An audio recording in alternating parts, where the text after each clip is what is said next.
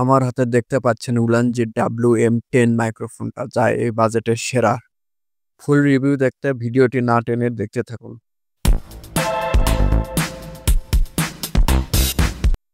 শুরু করা যাক আনবক্সিং দিয়ে। বক্সের গায়ে দেওয়া আছে প্রোডাক্টের ডেসক্রিপশন ও প্রোডাক্ট সংক্রান্ত নানাবিধ তথ্য।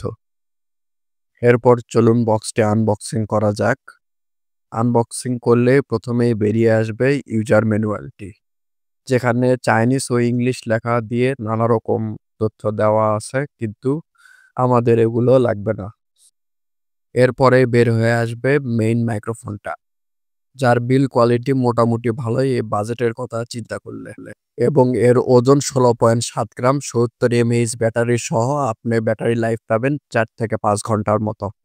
এবং সামনে দেওয়া আছে উইন্ডপ্রুফ স্পঞ্জ। এই উইন্ডপ্রুফ স্পঞ্জটা খোলা এবং লাগানো যায়, যা খুললেই বেরিয়ে আসে মাইক্রোফোনের মেইন অংশটি। এই স্পঞ্জটি মাইক্রোফোনের জন্য অত্যন্ত গুরুত্বপূর্ণ, যা আমাদের ভয়েসকে করে ফিল্মি এবং সকল হাওয়া এবং ধুলো থেকে বাঁচিয়ে ক্লিন অডিও দেয়। আমার পার্সোনাল ওপিনিয়ন থাকবে উইন্ডপ্রুফ স্পঞ্জটি লাগায়ে মাইক্রোফোন ইউজ করার। এবার পালা ফোনের সাথে কানেক্ট করার। এর পিছন দিকে টান দিলেই বের হয়ে আসবে ট্রান্সমিটারটি।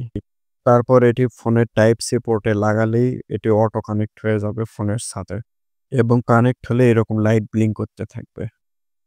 এটি চালানোর জন্য আলাদা কোনো অ্যাপসের প্রয়োজন নেই।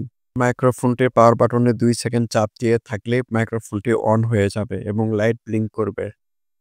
লাল এবং নীল লাইট একসাথে ব্লিঙ্ক করলে বুঝবেন মাইক্রোফোনটি চালু হয়ে গেছে। এরপর পাওয়ার বাটনটি প্রেস করলে নয়েজ ক্যান্সেলেশন লেভেল 1 চালু হবে, এবং আবার প্রেস করলে লেভেল 2 চালু হবে, এবং পরপর আরেকবার প্রেস করলে লেভেল 3 চালু হয়ে যাবে। তারপর প্রেস করে ধরে থাকলে আবার নরমাল মোডে যাবে এবং মাইক্রোফোনটি বন্ধ হয়ে যাবে। আপনাদের সুবিধার্থে কিছু র অডিও ক্লিপ দেওয়া হইল। এখন আপনারা যে সাউন্ডটি শুনতে পাচ্ছেন সেটি নয়েজ ক্যান্সেলেশন অফ করা অবস্থায়। আমার আশেপাশে কিন্তু অনেক নয়েজ শোনা যাচ্ছে।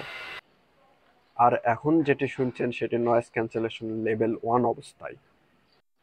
লেভেল 2তে নয়েজ ক্যান্সেলেশনগুলো আরেকটু বেশি রিডিউস করে। লেভেল 3তে গেলে মোটামুটি অনেকটাই নয়েজ রিডিউস করে, কিন্তু সাউন্ডের লাউড একটু কমে যায়। ভিডিওটি ভালো লাগলে লাইক, শেয়ার এবং সাবস্ক্রাইব করবেন। ধন্যবাদ।